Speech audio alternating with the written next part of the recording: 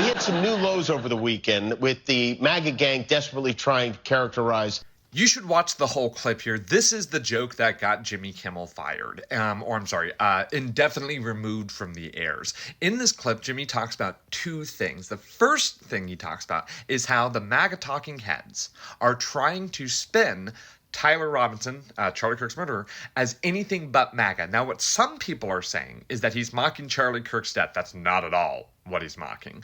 And the other thing I'm hearing is that people are trying to spin this as he is trying to claim that Tyler Robinson is MAGA. Again, not what he says. What he says is the MAGA talking heads are trying to spin Tyler Robinson as anything but MAGA. Remember that this weekend, we didn't have a lot of information about Robinson at all. We didn't start getting a lot of information about him until the end of the weekend. But a ton of the talking heads were already trying to tell us exactly who the murderer was before he had even been caught. I think Laura Loomer actually mentioned that she believed that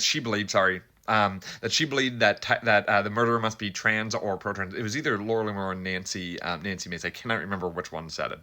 But the point that Jimmy Kimmel is making here is that there's a lot of people trying to spin this whatever way they need, so that way they can, incite rage. And that is a great point to make because that's what was happening. The second thing that Kimmel talks about is how Trump's reaction to the murder of Charlie Kirk was really weird because he starts talking about construction. That's weird. Anyway, so this is what Jimmy Kimmel talks about in his monologue. And Brendan Carr, the Trump-appointed FCC chair, who basically is in charge of a lot of things that happen with the networks, comes out on Benny Johnson's podcast and threatens the networks if they don't do something about Jimmy Kimmel, if they saying that things get much harder for them. Now, one of these networks is in the middle of a huge merger, and that Brendan Carr is overseeing, and they are the ones who came out and said we are no longer going to show Jimmy Kimmel stuff, and then other